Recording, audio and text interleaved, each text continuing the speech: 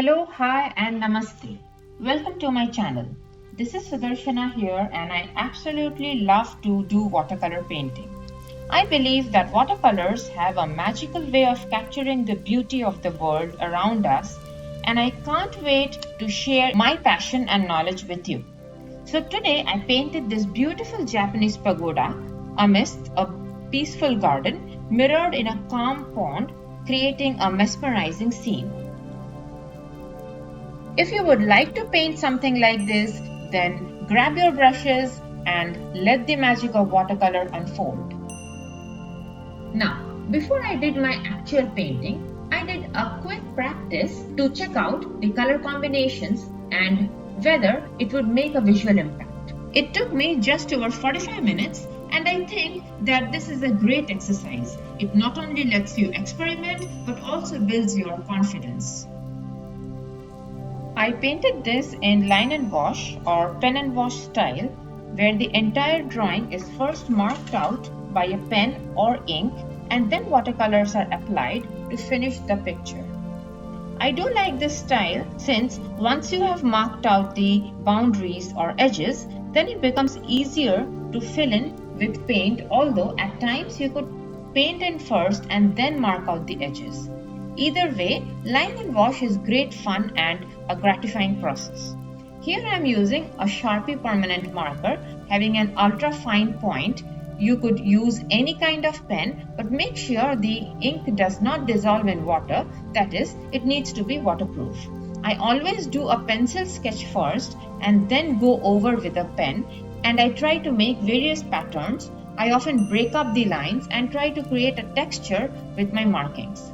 The foliage markings are very randomly done and you could practice some beforehand.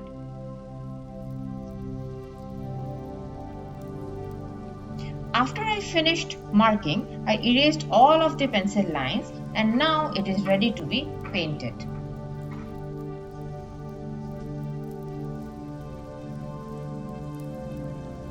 One last step before I finally started painting was applying some masking fluid on the orange flowers of the pine tree. I applied the masking fluid to preserve the lighter color of the flowers, and this also made painting the foliage around the flowers much simpler. I decided to start with the pagoda. Here I am wetting the roof portions with clean water first, and then I am applying diluted burnt umber, letting the paint diffuse on the wet paper. I am using a size 10 round brush.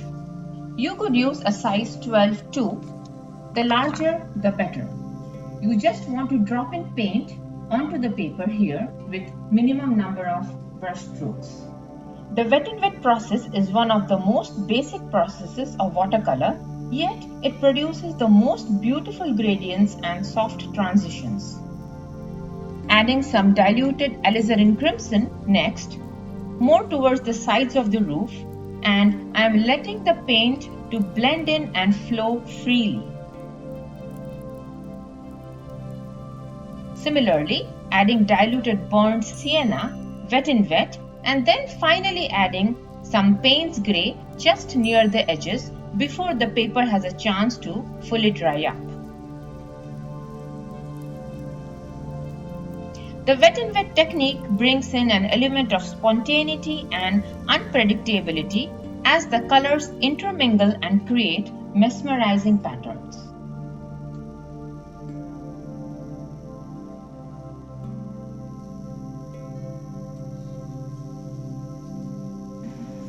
With that, I have finished painting the base layer for the roofs and I will let that dry and move over to the wall of the pagoda. For the wall, I used a mixture of burnt umber and sepia brown. I carefully painted near the railing, leaving a thin strip of white.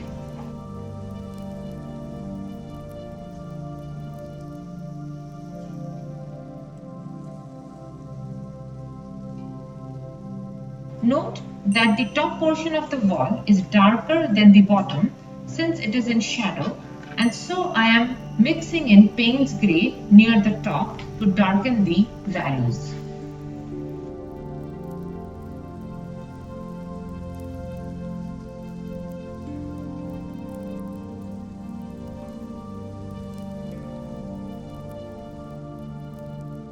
Here I am painting some details of the roofs with Payne's grey and burnt sienna.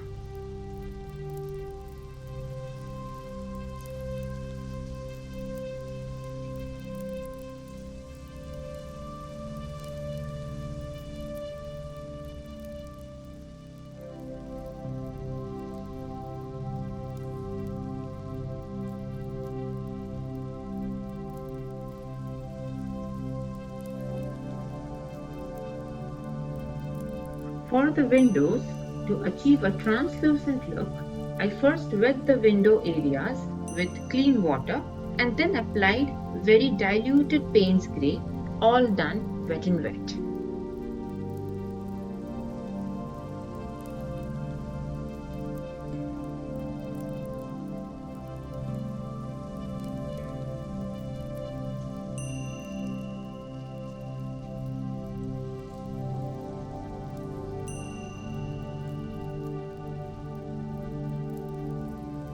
For thin lines and smaller details, I am using a number 5 round brush.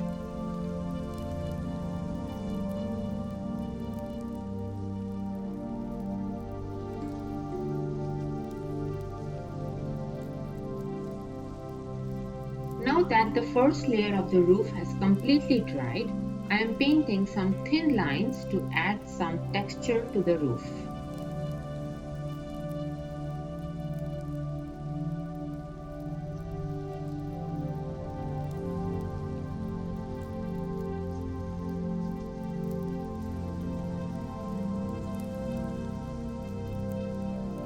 Painting the lower walls of the pagoda with the same mixture of burnt umber and sepia brown.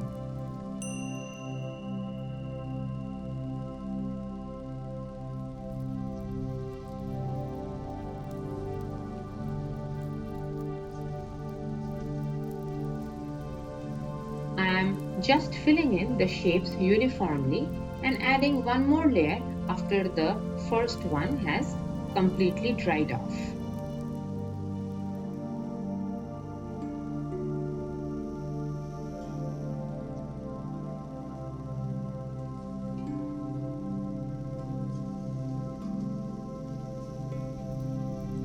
On to the rocks.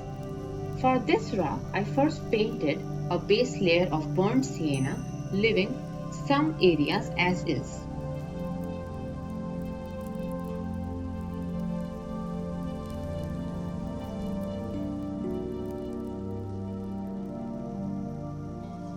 Then I dropped in burnt umber and Payne's grey, all wet in wet, to create nice color gradients.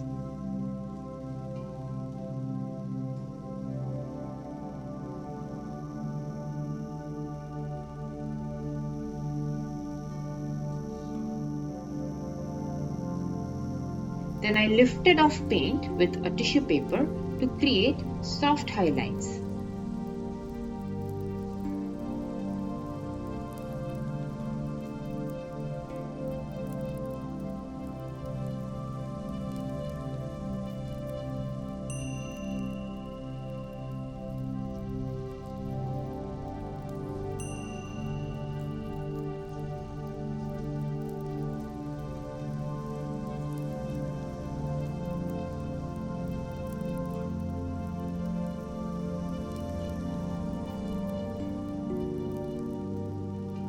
For the second rock, I painted a base layer of yellow ochre and then dropped in wet in wet, burnt sienna and Payne's grey.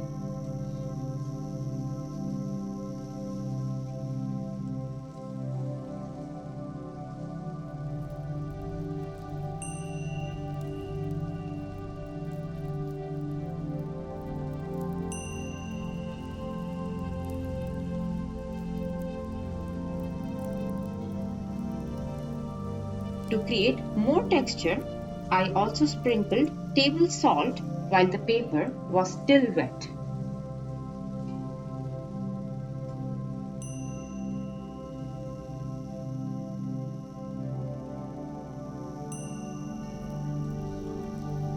You could see the nice salt effects on the rocks here.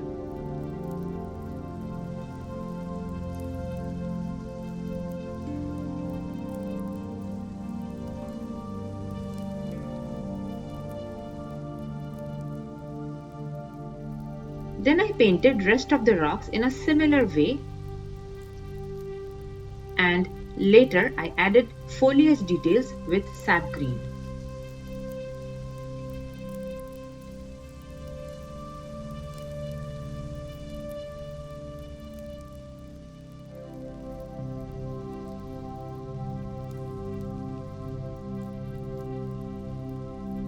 Moving on to the foliage in the background. First I shall apply a base layer, and then once the base layer has completely dried off, I shall paint in the details of the leaves to add more texture, depth and realism. Here I have started with the base layer, for which I first wetted the area with clean water, and then I am dropping in various greens, all wet in wet, allowing them to mix together on the paper. I have mixed all the greens that I am using. Most commonly, I mix cobalt blue with cadmium yellow to make the green, but for variations, I sometimes add in ultramarine blue or yellow ochre or even lemon yellow to get some interesting variations. Also, if you add more blue than yellow, you would have a very darkish bluish green, and if you add very less blue to the yellow, then you would have a very lightish yellowish green. In any case, you should always start with yellow and add in less or more blue to achieve the green you want.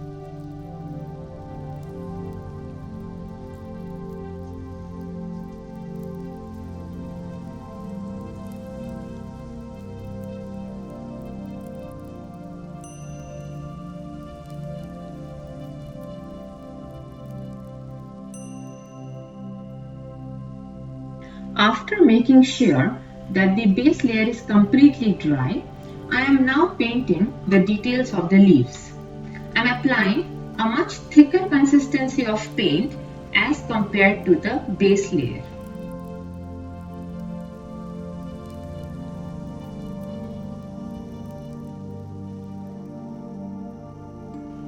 Short brush strokes are ideal for this kind of details. The strokes need to be short, overlapping and spontaneous. This adds a sense of energy and movement and makes the painting lively.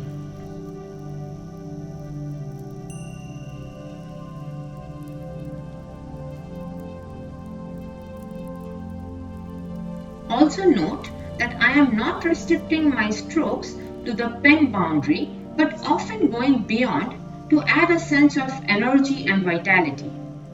If you are a beginner, then you could practice this technique on practice or cheaper paper before you start your actual painting to gain some experience. Make sure to leave plenty of spaces between your strokes, otherwise it may look overworked.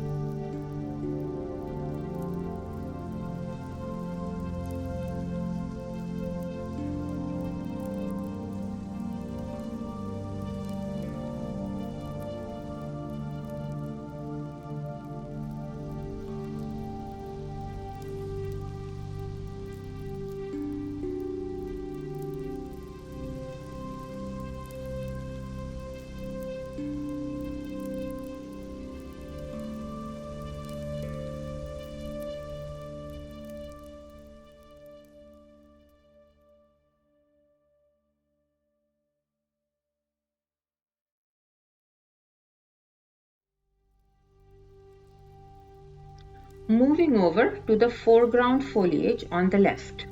Here too, I am first painting the base layer wet in wet with various greens, and then once the base layer is dry, I shall paint in the leaf and flower details.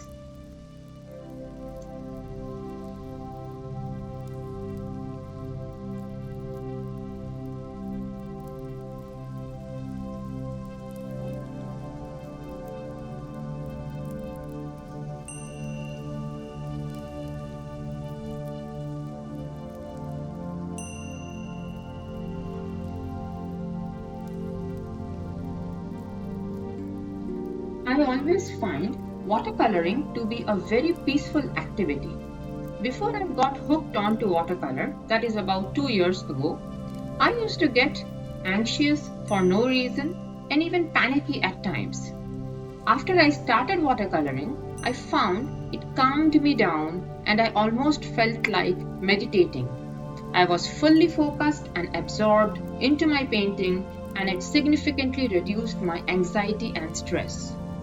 No matter what the end result would be, I just loved my time spent painting. Actually, enjoying the whole process of painting is very important too, since it has a very positive outcome on the end result.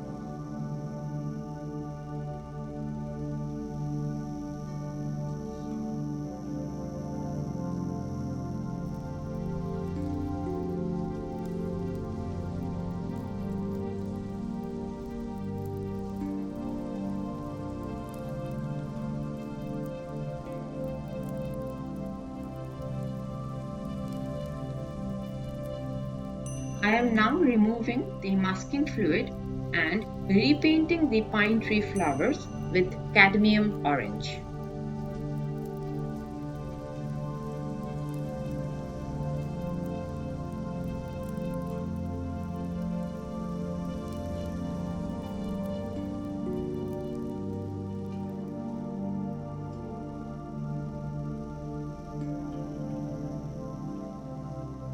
The last bit, the reflections. I always feel that painting reflections is difficult since you not only have to reproduce the same colors that you see above the water, but also mimic the shapes and forms of the objects upside down. The edges need to be softened or somewhat blended with the water. And lastly, if the water is not still, then ripples need to be painted too. Thankfully, the water here in this picture seems to be still, and hence I did not have to paint the ripples. So here I am painting the reflection of the pagoda with the same colors that I used for painting it before. I am making short horizontal brush strokes for all the edges to blend the reflection with the water surface. To make the reflection look natural, avoid painting any sharp edges, and also remember, reflections are usually softer and much less detailed than the original.